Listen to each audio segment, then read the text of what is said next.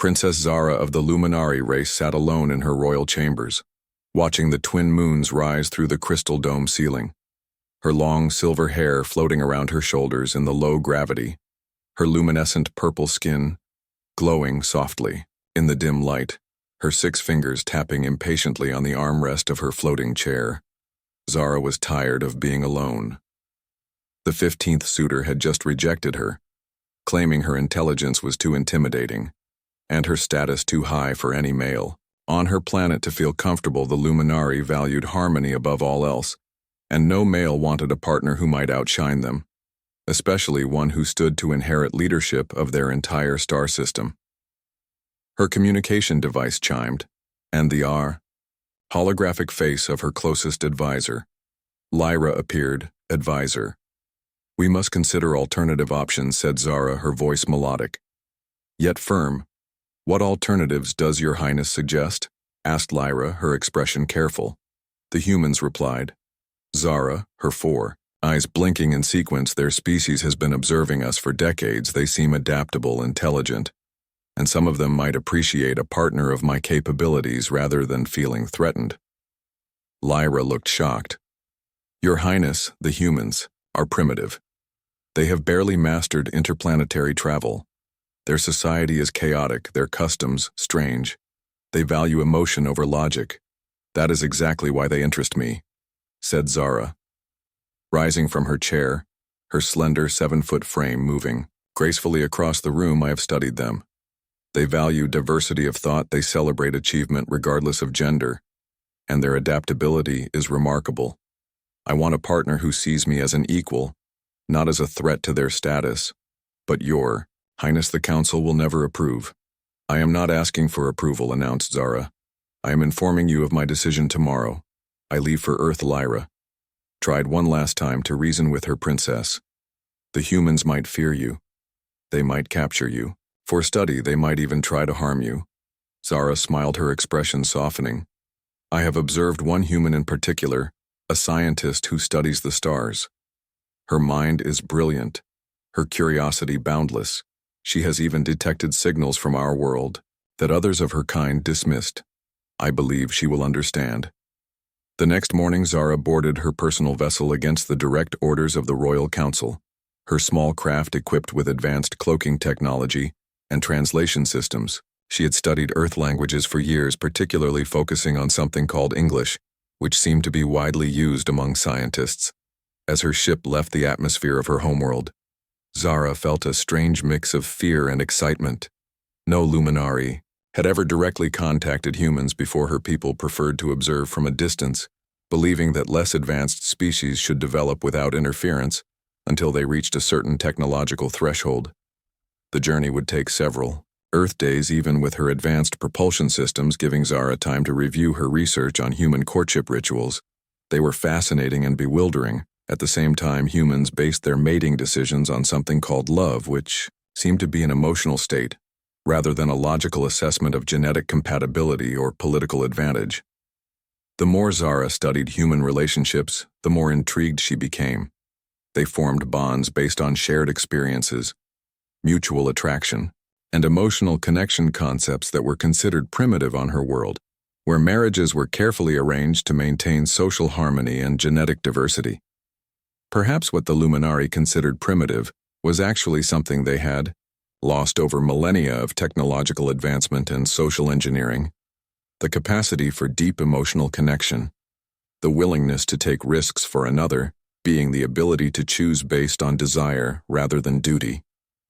As her ship approached the blue planet, Zara felt her 4 hearts beating faster than normal, her skin glowing more brightly with anticipation. She had chosen her landing site carefully, a research facility in a relatively isolated area where her target human worked often, alone late into the night. Earth appeared larger in her view screen, its single moon small compared to the twin giants that orbited her homeworld, its atmosphere thicker, its gravity stronger. She would need to adjust her body density to move comfortably in such conditions, but Luminari physiology was adaptable. Her ship entered the atmosphere under cover of darkness, the cloaking systems ensuring no human detection devices would notice her arrival. She circled the research facility, once confirming that her target was indeed there, working late, as she often did according to Zara's observations. The human woman was named Amy Miller. According to facility records, she was 32 Earth years old, unmarried, and devoted to her work, studying signals. From space, particularly interested in the very star system where Zara came from, it seemed like destiny. If Zara believed in such concepts, landing silently behind the facility, Zara took a moment to adjust her appearance while her ship would remain invisible. She herself would need to be seen. Her height could not be changed, but she adjusted her skin luminosity to a softer glow and modified her clothing to something approximating human fashion, though still made of luminary materials that shifted and flowed like liquid metal. Taking a deep breath of the filtered ship air, Zara prepared herself for first contact. Her universal translator activated her cultural database ready. She had studied this. Human had watched her work, had even accessed some of her research papers through Earth internet connections. Amy Miller might be surprised, might be frightened, might even reject her. But Zara was a princess of the Luminari. She had faced rejection before and survived. This time she was choosing her own path, seeking connection on her own terms. With a mental command, Zara opened her ship and stepped onto Earth soil for the first time, the gravity immediately pulling at her limbs. The cool night air touching her skin, the scent of strange plants filling her nostrils. It was overwhelming and exhilarating all at once. In the distance, she saw Amy step outside the research facility, looking up at the stars, unaware that her life was about to change forever. Zara straightened her 7-foot frame and began walking toward the human woman, toward an unknown future, toward the possibility of finding what had eluded her on her homeworld, a connection based not on duty or status, but on mutual respect and perhaps even love. Amy Miller worked late again at the astronomical research facility outside Phoenix. Her brown eyes strained from staring at data streams for 12 hours straight. Her dark hair pulled back in a messy ponytail, her lab coat stained with coffee. She was 32. Brilliant and completely absorbed in her work, studying unusual radiation patterns from a star system 40 light-years away. The patterns had changed recently, showing signs of advanced technology. But her colleagues dismissed her theories about possible intelligent origin. Amy stepped outside for fresh air. The desert night, cool and clear, stars blazing overhead, when suddenly the sky lit up with a silent flash of blue light. Something was falling from the sky, moving too slowly to be a meteor, too controlled to be space debris. It hovered, then descended gracefully, landing in the empty field behind the research facility. Amy should have run, should have called security, should have done anything except walk toward the strange craft, but curiosity overrode caution every time. The craft was beautiful, smooth silver with pulsing blue lights, no visible seams or engines, just perfect alien engineering at its finest. A section of the hull simply vanished, and there she stood, towering humanoid figure with shimmering purple skin, 4 eyes arranged in a diamond-patterned silver hair that moved as if underwater, and 6-fingered hands that glowed softly. Amy froze, unable to move as the alien creature stepped forward gracefully, despite the stronger gravity. "I am Princess Zara of the Luminari," she said, her voice sounding like wind chimes and violin strings, somehow speaking perfect English. "I have come seeking a human partner." Amy blinked several times, wondering if exhaustion had finally made her hallucinate a partner. "Yes," the alien continued. "I seek a mate, a husband, as you would say." Amy finally found her voice. "Why me? Why here?" "Your facility has been monitoring our star system," said Zara. "Your personal research identified our energy signatures when others dismissed them. You show intelligence, perception, and curiosity traits highly valued among my people." Amy felt dizzy. This was too much to process. An alien princess wanted to marry her. This had to be a dream. Zara seemed to sense her confusion. "I understand this is unexpected," she said, her voice gentle. "I have studied human courtship. It typically begins with learning about one another. Perhaps we could start there." Still in shock, Amy nodded and gestured toward the research facility break room, the only private place she could think of. "I guess we could talk." The break room was small, with a coffee maker, microwave, and round table with 4 chairs. Amy watched as Zara ducked to enter the room, her tall frame making The space seemed suddenly tiny. The alien princess looked around with obvious curiosity at the vending machine calendar with cat photos and motivational posters on the wall. "Would you like something to drink?" Amy asked, automatically falling back on human hospitality to cope with the surreal situation. "We have coffee, water, tea. I would like to try coffee." Zara replied, "I have studied this beverage. It seems important to human scientists." Amy busied herself making coffee, grateful for the familiar routine while her mind raced with questions. She should be recording this, taking samples, calling other scientists. This was first contact with an alien species, proof that humanity was not alone in the universe. And yet here she was making coffee, as if Zara were just a new colleague. When she handed Zara the mug, their fingers brushed the alien's 6 digits cool and smooth against her 5, the touch sending a strange tingle up Amy's arm. Zara sniffed the coffee, then took a small sip, her 4 eyes widening. "Interesting," she said. "It is both bitter and stimulating. I can feel the compounds interacting with my system." So Amy began trying to sound casual, as if she interviewed alien royalty every day. "Why exactly are you looking for a human partner on my world?" Zara explained, "We arrange partnerships based on genetic compatibility, social status, and political advantage. I have been rejected by 15 potential mates because my intelligence and status intimidate them. No one wants a partner who might outshine them." Amy nodded, understanding all too well on Earth the dating pool for highly intelligent women wasn't exactly overflowing. Either she had experienced her share of men who felt threatened by her PhD and research position. But humans are different. Zara continued, "You value achievement regardless of gender. You celebrate individuals who stand out rather than requiring everyone to maintain harmony. You base partnerships on emotional connection rather than duty. These qualities interest me, and you picked me specifically because you noticed," as Zara said simply, "when all your colleagues dismissed the signals. You persisted, you asked questions, you sought answers, you showed the curiosity and intelligence that my people once valued." Before we became so focused on stability and harmony, Amy took a sip of her own coffee, trying to process everything. This was both the most scientific and most personal first contact scenario possible. "So you want to marry me?" Amy clarified, "Just to be absolutely certain. I want to explore the possibility of a partnership." Zara corrected, "Human courtship involves a period of getting to know one another before making commitments. I would like to follow this custom." Amy couldn't help but laugh, the absurdity of the situation finally hitting her. "I usually at least get dinner first before discussing marriage." Zara tilted her head. "I have studied human food consumption rituals. I would be pleased to participate in a dinner with you." Somehow, this response made Amy laugh harder. The tension of the moment breaking. She had discovered alien life, and the alien was asking her on a date.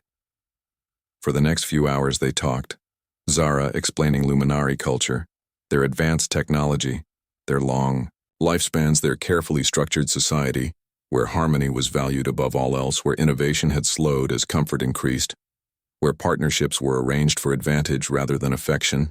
Amy described Earth, its diversity, its conflicts, its rapid technological development, its art, music, literature, and the human capacity for both tremendous cruelty and astounding kindness. As dawn approached, Amy realized she had spent the entire night talking to an alien princess and hadn't documented a single thing. No samples, no recordings, no proof for her colleagues, just an extraordinary conversation that no one would believe. "I should go," Zara said, noticing the sunlight beginning to stream through the windows. "My ship has limited cloaking capabilities. During daylight, wait." Amy said, suddenly panicked at the thought that this might all have been a dream, that Zara might disappear forever. "Will I see you again?" Zara smiled, a surprisingly human expression on her alien features. "I will return tomorrow night if you wish." "I wish," Amy said, then added before she could stop herself, "It's not every day an alien princess asks me to consider marriage." Zara reached out, touching Amy's cheek with cool 6-fingered hand.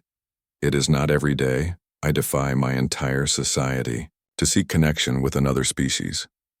After Zara left, returning to her cloaked ship, Amy sat in the break room staring at the 2 empty coffee mugs, wondering if she had imagined the entire encounter, until she noticed the strange residue in Zara's mug, slightly luminescent like the alien skin.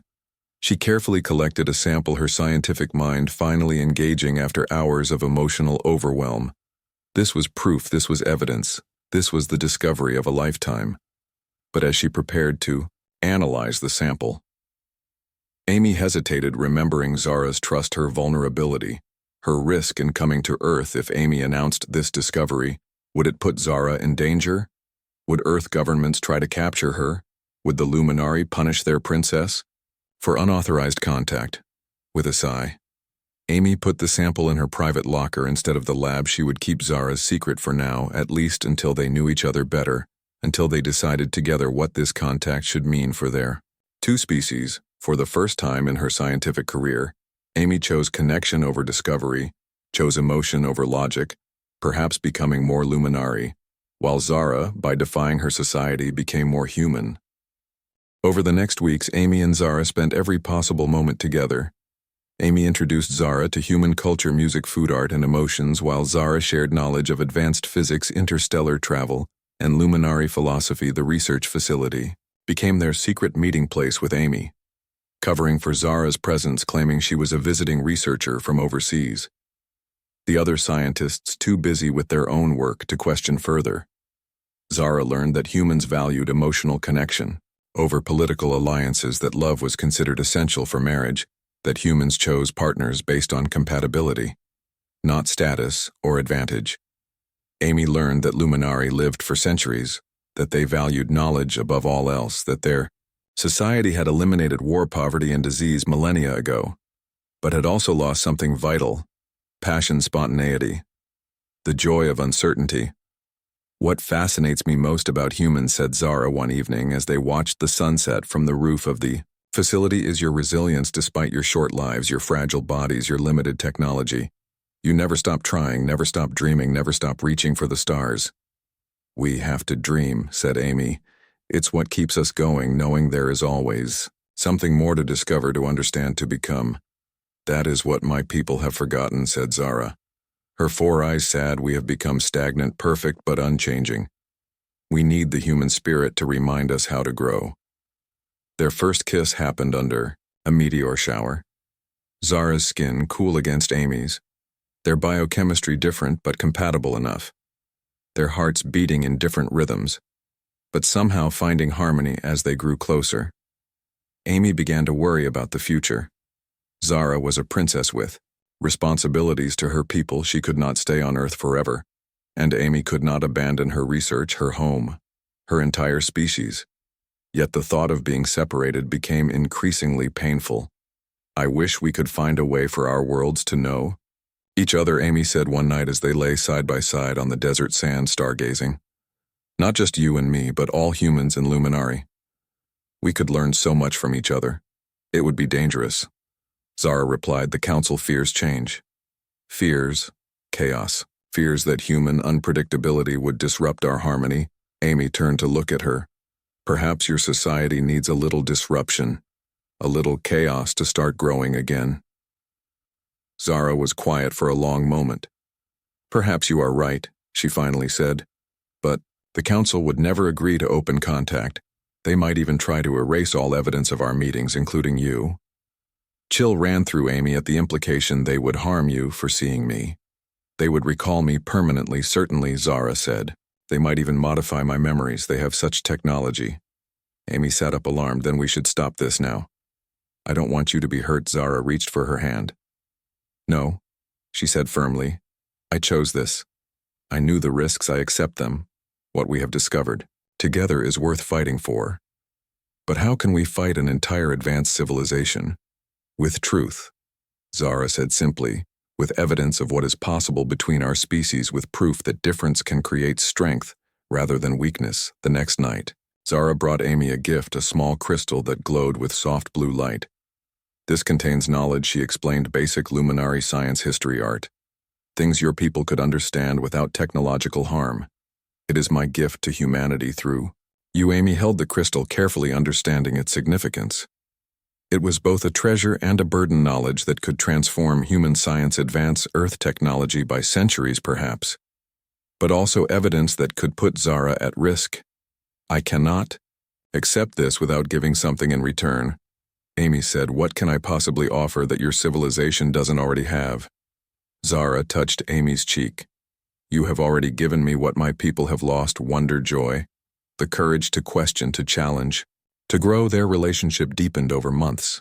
Zara adjusting her visits to avoid detection by either human or Luminari authorities, they created their own language. A blend of English and Luminari shared jokes and dreams and fears, discovered that, despite their biological differences, their minds and hearts functioned with surprising similarity.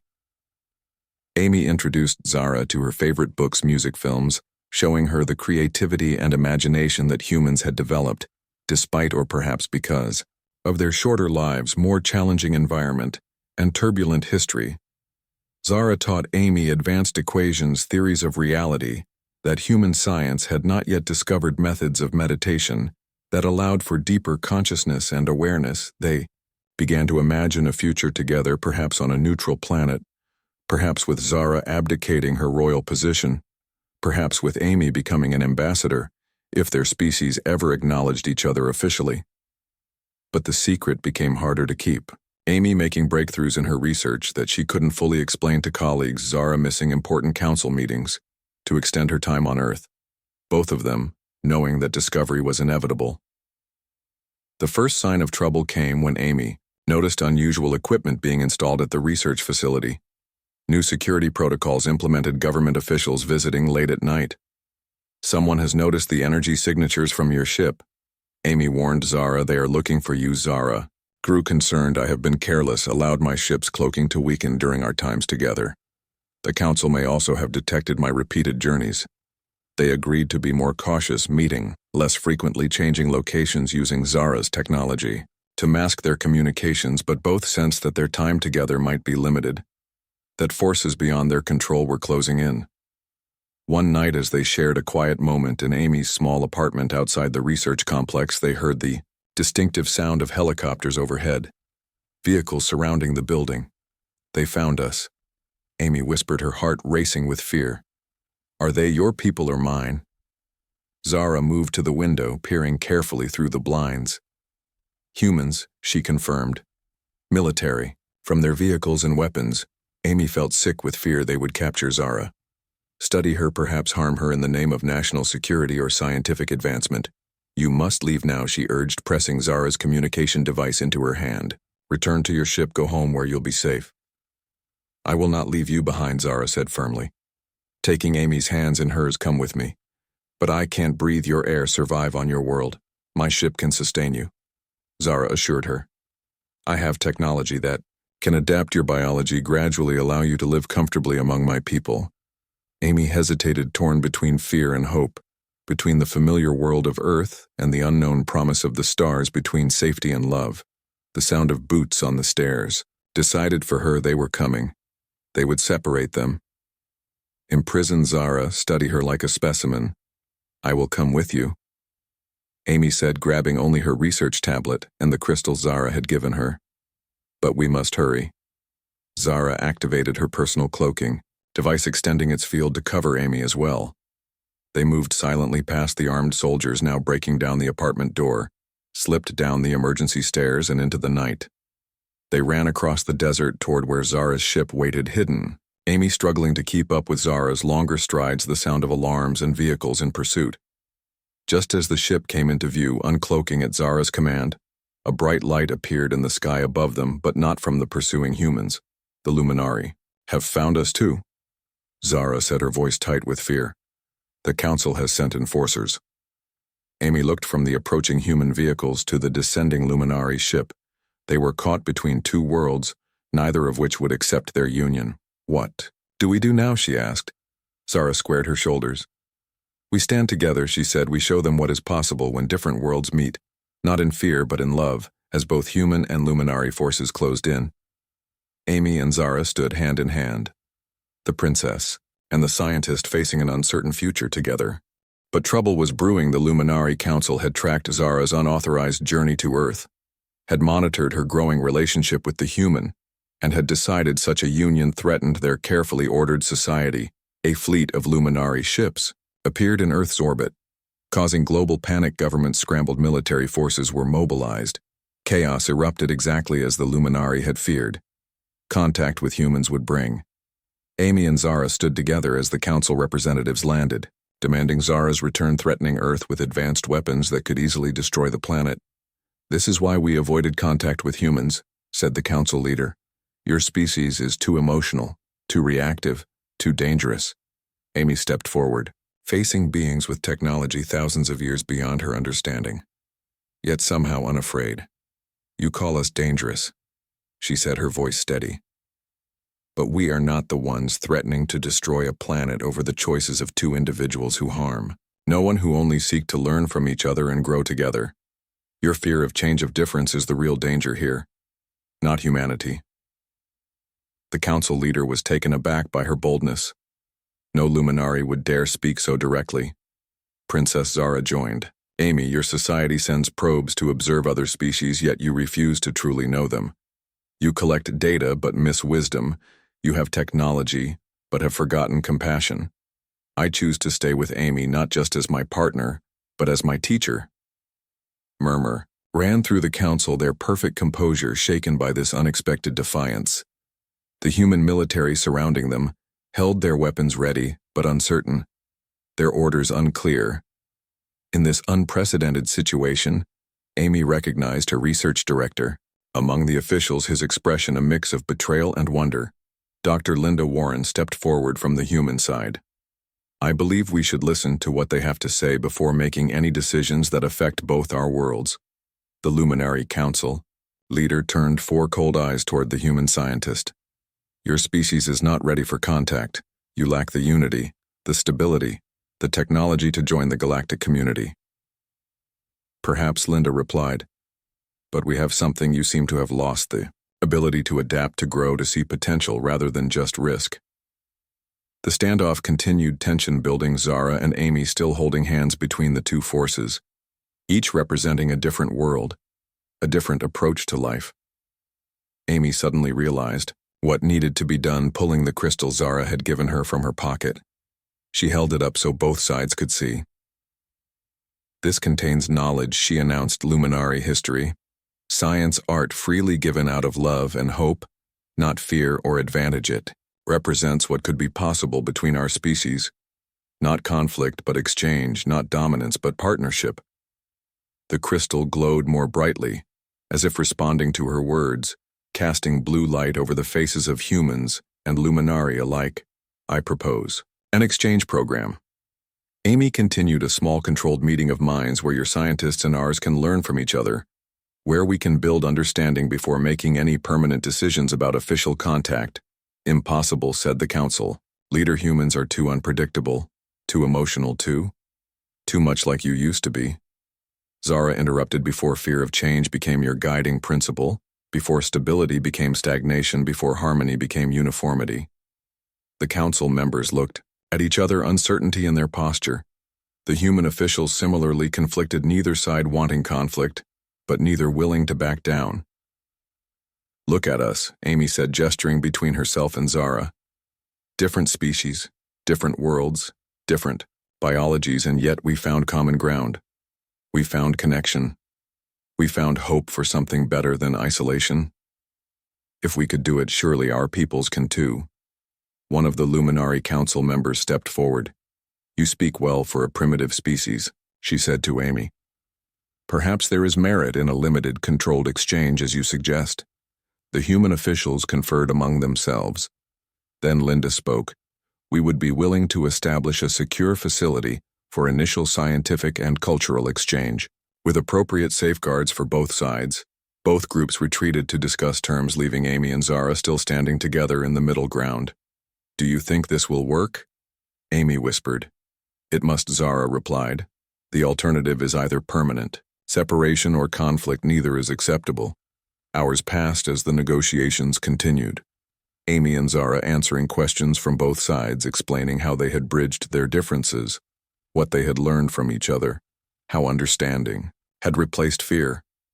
Finally, an agreement was reached. A small research station would be established in neutral territory, Earth orbit, where limited numbers of human and Luminari scientists would work together, sharing knowledge appropriate to current Development levels with strict protocols to prevent cultural contamination or technological misuse.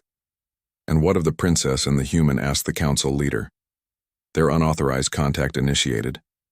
This crisis? Zara stepped forward. I request assignment. As Luminari ambassador to this station to continue the work. Amy and I have begun. I volunteer as human liaison. Linda added quickly, clearly seeing the scientific opportunity this situation presented. The council seemed reluctant, but recognized Zara's unique position, her experience with humans, her commitment to making the exchange work.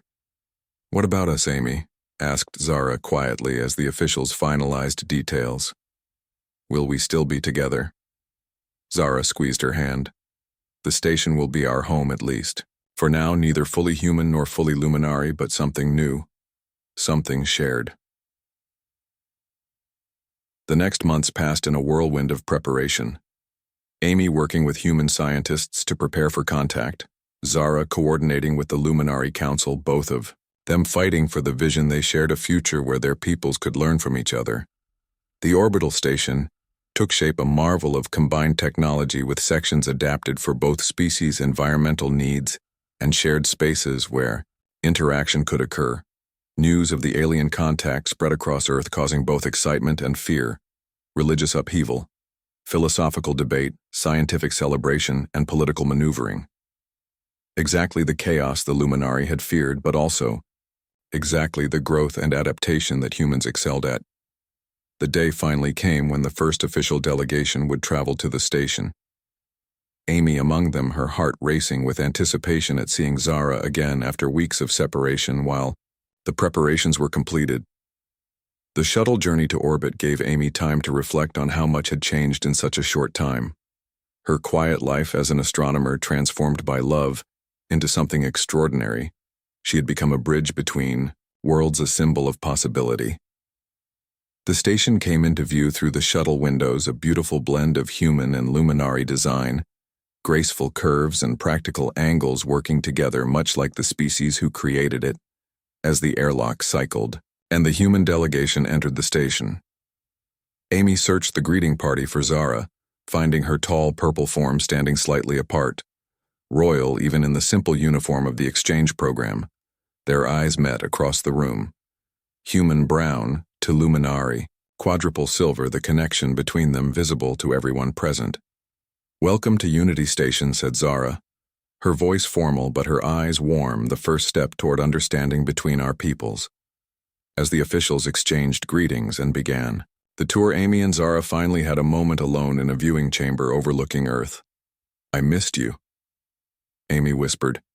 And I you, Zara replied, taking Amy's hands in her six-fingered ones. But look what we have accomplished together. She gestured toward the beautiful blue planet below and the stars beyond, something neither of our peoples could have achieved alone. Amy leaned against Zara's tall form. Do you think it will last, this peace? This cooperation? Zara was quiet for a moment. I believe it will. Not be easy, there will be setbacks, misunderstandings, fear on both sides, but we have created a beginning that is more than either of us could have hoped for. What happens now? Amy asked. Now, said Zara. We continue what we started, learning from each other, growing together, showing both our peoples what is possible when difference becomes strength rather than weakness. Amy smiled up at her alien princess who had crossed the stars to find her, who had risked everything for connection, who had helped change the course of two civilizations. Will you be my wife? Amy asked, echoing Zara's original question. Will you share your life with me? Whatever comes next. Zara's four eyes glowed with emotion. Yes, she said simply. Yes to all of it, as they sealed their promise with a kiss. Earth turned below them, the stars stretched out above, and two worlds began a journey toward understanding that neither could have imagined before. A princess rejected by her own kind tried her luck with a human and found not just love but hope for the future. 5 years passed since that first meeting in the desert, the Unity Station growing from a small research outpost to a thriving community of humans and Luminari, working, living, and learning together.